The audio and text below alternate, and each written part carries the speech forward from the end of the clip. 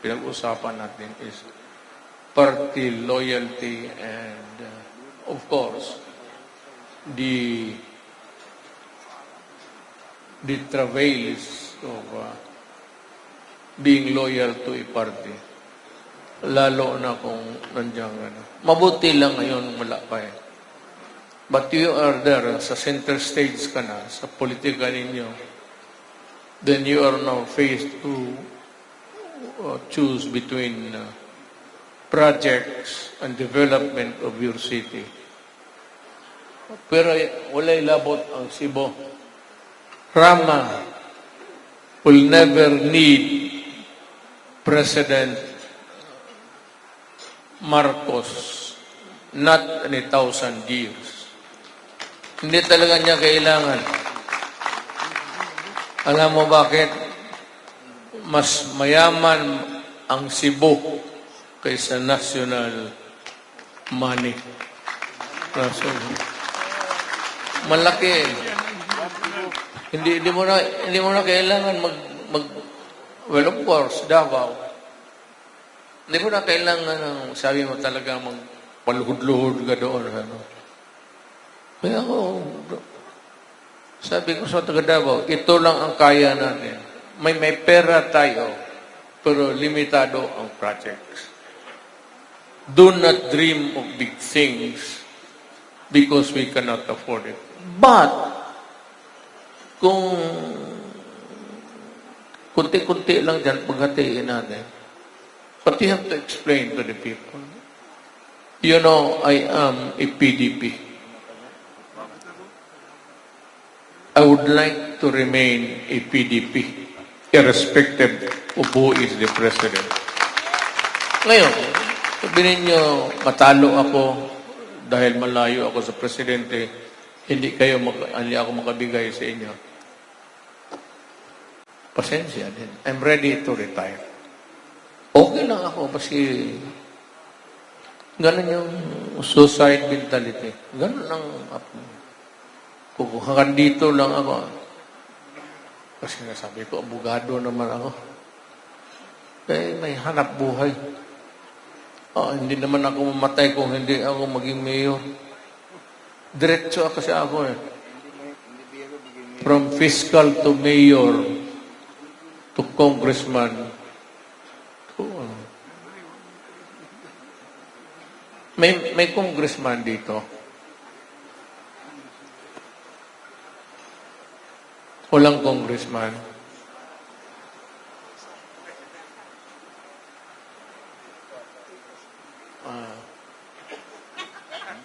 Pero, sir, ako kasi, galit ang Congress sa akin.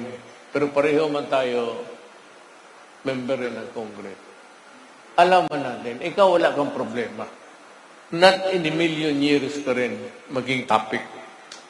Pero yung sinabi ko na galit sila, mga putang ina to. Totoo naman yung sinasabi ko. Yung binibigay na, anong accounting? Wala. Kami, may accounting kami, pero mag-submit ka talaga ng ano. Baski na God, listahan lang dyan, kopyahin mong listahan dyan sa tindahan, sa kanto. Basta sabihin mo wala, I certified. Mahirap yan. Maski 1 milyon, tapos I certify. Dapat nila baguhin yan. Hindi kasi makontento yung tao. You just cannot brush away the issue na, tama na yung I certify. Mahirap yan. Tapos galit sila sa akin. Magago kayo. Totoo naman. Naging congressman ako. Lalo na akong presidente. Kasi Marcos, in fairness, yung walang halong galit, walang halong politika. In fairness, presidente, wala akong narinig na siya.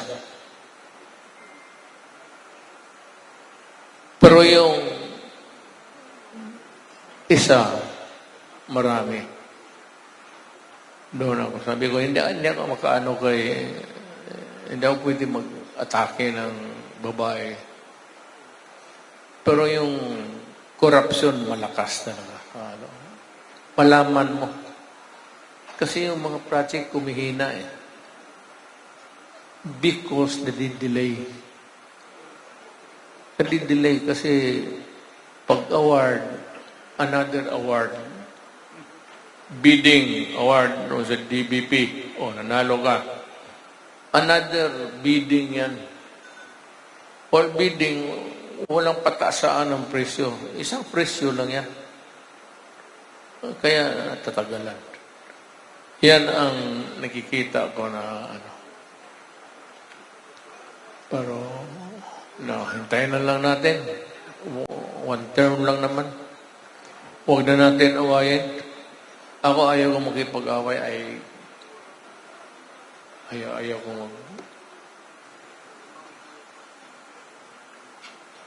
huwag lang kamali talaga ng si Lagdameo, inano ko lang kunti lang.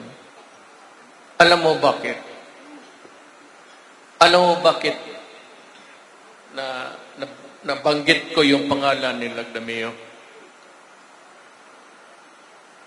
Kasi minsan kasi magsalita si Lagdameo, anak mayaman eh.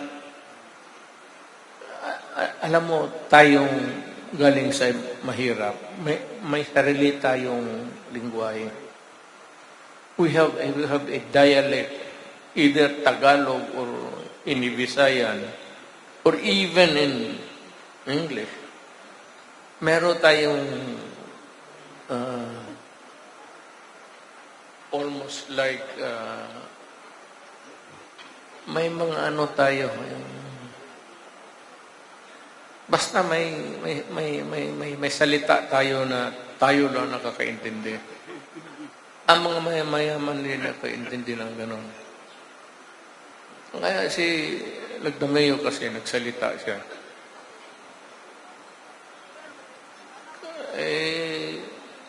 Sana gano'n naman, huwag ka na magsalita.